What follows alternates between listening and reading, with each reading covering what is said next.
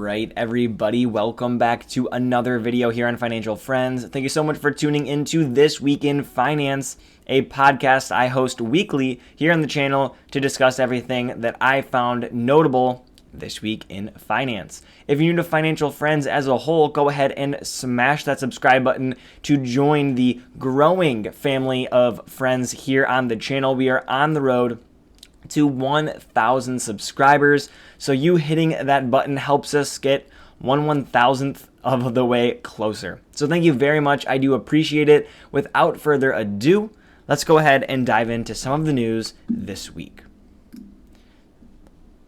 Number one here on the ticker, we have millions of Californians getting a stimulus relief check or an inflation relief check among record high inflation. Now, I'm not here to bash, I am not here to get political, but I am here to discuss some of the absurdity that is these checks. Now, if you are in need of cash, I completely understand. The world is unruling and unforgiving, and there are a lot of people, quite frankly, in very tough situations. Nonetheless, this mathematically and economically just doesn't quite make sense.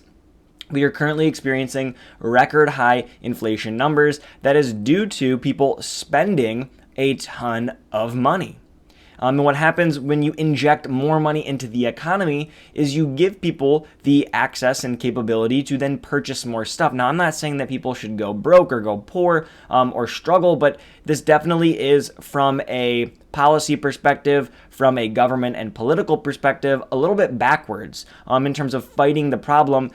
Governor Newsom here actually potentially making the problem worse by giving cash back into the hands of people to then spend and potentially, now, single-handedly, this is not going to just crank inflation, but technically speaking, hypothetically, and from an idea perspective, this just doesn't seem right. The more people spend, the more inflation rises, and then they'll kind of just be back where they started. Now, again, this in and of itself is not going to cause the problem. Nonetheless, if you earn less than $75,000 and you're single, you'll get $350. All of these numbers double if you're joint. So if you are doubling that 75,000 and you earn jointly $150,000 or less, you'll get $700, so on and so forth. The numbers are here on the screen, and you can go ahead and check them out.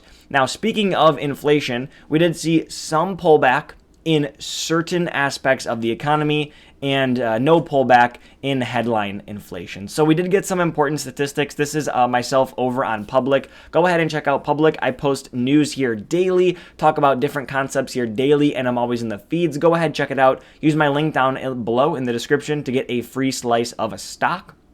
So, core personal consumption expenditures, or core PCE, this is the data that excludes food and energy, rose by 4.7%. However, this was down 0.2% year over year and beat the expectation of a 4.8% reading. We also had personal disposable income down 0.1% month over month and down 3.3% year over year. Spending adjusted for inflation actually fell on a month-over-month basis, but is still up 2.1% on a year-over-year basis. Personal savings rate went up 0.2% to a total of 5.4%. And headline inflation, which is the big number, that still did increase. It rose 0.6% month-over-month, and year-over-year is still at 6.3%. Now, what does all of this mean? This does mean we saw a small tick back in that, again, that personal consumption expenditures that excludes things like food and energy. The reason the Federal Reserve uses these numbers is because they feel they don't have the perfect capabilities to control energy and food costs. And for that reason, this is more of a real value that they can help control. We saw a small beat, very small beat on that 0.1%, and then again down 0.2% year over year. It is something. It means that potentially what the Federal Reserve is working. We also see that small beat or small victory in personal disposable income declining. This isn't necessarily an amazing thing because it means people have less money, but to actually solve the problem of people having not enough to spend to drive up inflation, from a policy, again, perspective, this means that things are working. Now, spending adjusted for inflation did fall. Again, this hypothetically means the same thing. We have less cash. We're not able to spend as much. We're not going to pump that back into the economy by spending it and perpetuate the problem. Fell 0.4%, of course, adjusted for that inflation. Still is up year over year, though. We're still spending a lot of money. And then the personal savings rate did rise 0.2%. This is also technically positive news. It means that people are holding on to more cash, not putting it back in the economy. However, again, that big number, rise in 0.6% in month-over-month headline inflation, still very high at 6.3%. So again, these numbers aren't really perfect, but their preferred inflation measures did technically beat a little bit, and they're doing the best they can, so we say. In other news, Airbnb made its party ban in listed houses on Airbnb permanent. I think this is a benefit to people who are listing their homes knowing that they won't be destroyed. However, very clearly, there was probably a market for people not or listing their homes in expectation of them being absolutely destroyed by parties. And very clearly, there was a market here for consumers. Now, I didn't dig into numbers. I didn't feel or know or understand if this did or didn't play or have a damper on Airbnb. But they did place this temporary ban back in 2019 after terribly there was 5 people killed in a shooting at an Airbnb. And so from that point forward, especially with the pandemic, there was not really a need for parties, and they had since made it permanent.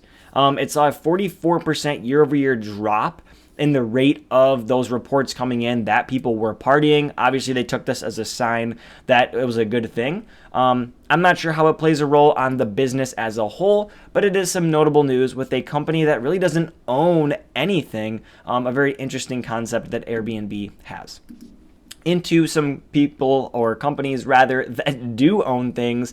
Disney, they did extend Bob Chapek's CEO title contract for 3 more years. It was set to expire in February of 2023. That has since been extended, unanimously until July of 2025.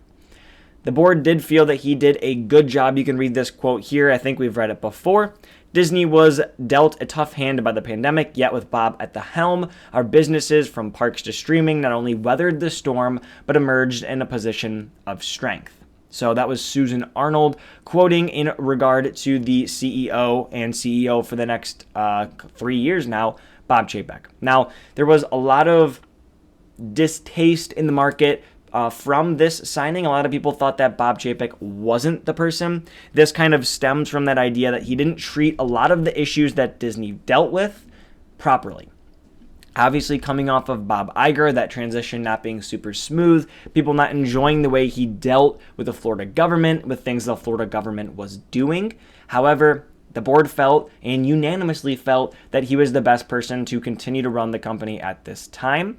There has been some good things happening with Disney. Their park reopening in Shanghai, their Disney Plus just continuing to boom. They're pumping out good content. They've had some pretty good movies. Obviously, that Pixar one, in terms of opening weekend, wasn't too great. Nonetheless, Disney is continuing to chug along with CEO Bob Chapek at the helm for another 3 years. In the financial world, JPMorgan and Citigroup did not raise dividends when everybody else, seemingly everybody else, did. We had Bank of America raising dividend or quarterly dividend by 5%, Morgan Stanley by 11%, Wells Fargo by 20%, and Goldman Sachs, the biggest of all, by 25%. JPMorgan and Citigroup did not do that.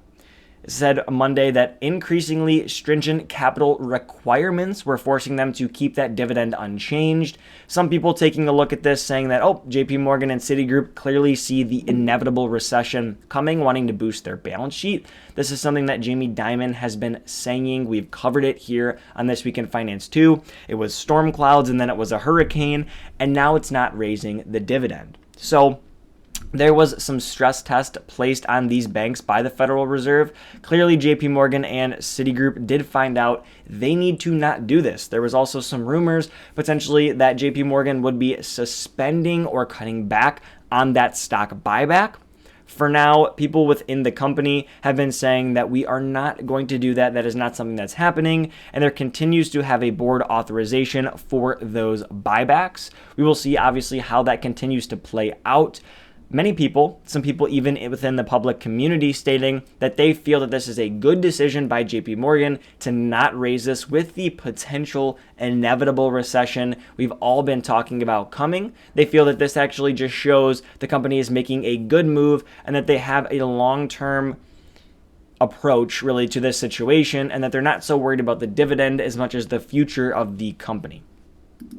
Some rumors were going around on Monday that Robinhood would be acquired by FTX. Robinhood shares shot up on that news. And then FTX did come out later, I think it was late Monday or early Tuesday morning, saying, yeah, no, we're not doing that. That was just a rumor. So this rumor stays a rumor. I'm not going to dive too deep into it because we got more news with Sam Bankman-Fried and FTX that they are closing in on a deal to buy BlockFi.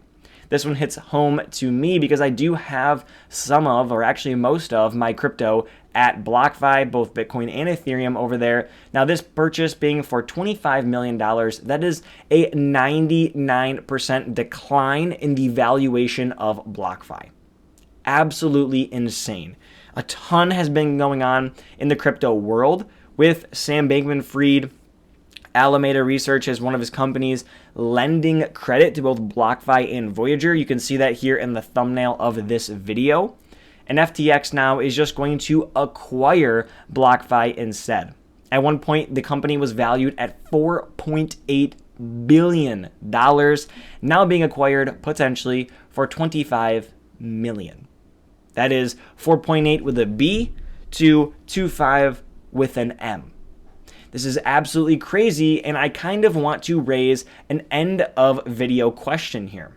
Not diving too much into this as it's not 100% finalized yet. My guess is this is probably going to go through. However, there were some people over at BlockFi saying, nope, like this is rumor, yada yada, whatever the case may be. We will see if this goes through probably tomorrow because the end of the quarter is tomorrow, and so they are rushing to, if this is going to get done, to get this done. Now, my question here is this.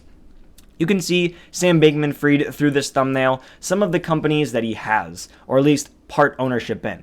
Voyager, Alameda Research, Robinhood, FTX, and he's extended lines of credit now to BlockFi and both Voyager. Is this some form of consolidation by a billionaire in this space? We've heard news before that Sam Bankman-Fried is a philanthropist and he's going to give away all of his money when he passes away. He wants to give away 99% of his wealth. He's really like this big figure in the space. People now comparing him to JPMorgan back in the day, saving the United States government from going under multiple times. Now Sam Bankman-Fried stepping in to do the same exact thing with the crypto space. Is this some form of a bigger ploy? Is Sam Bankman-Fried collapsing the industry into his hands so he can do whatever he wants? Or is this consolidation just something that was inevitable because of the size and the explosion we saw within the space? I have no clue. Maybe Sam Bankman-Fried just a really good guy. He's bailing out some businesses and saying, hey, you're struggling. Let me take you under my wing. We'll do some good things together. I have absolutely no clue. I don't follow cryptocurrency too tightly. However, this is an interesting story, one I will keep my eye on. So, that about wraps up This Week in Finance. I skipped over some pretty big stories. I also did skip over a little bit on the Spirit, Frontier, JetBlue saga that continues to go on. Kind of waiting until there's some definite news. A lot of back and forth. Another canceled shareholder meeting. A lot of Spirit just saying, hey, please accept this Frontier deal. They think it's better. Yada, yada. We're going to go ahead and check in on that when it's over. Thank you very much for tuning in to This Week in Finance. I hope you did enjoy. I hope you learned something new. And I will see you all in the next one. Don't forget to subscribe and hit that like button as well. Take care.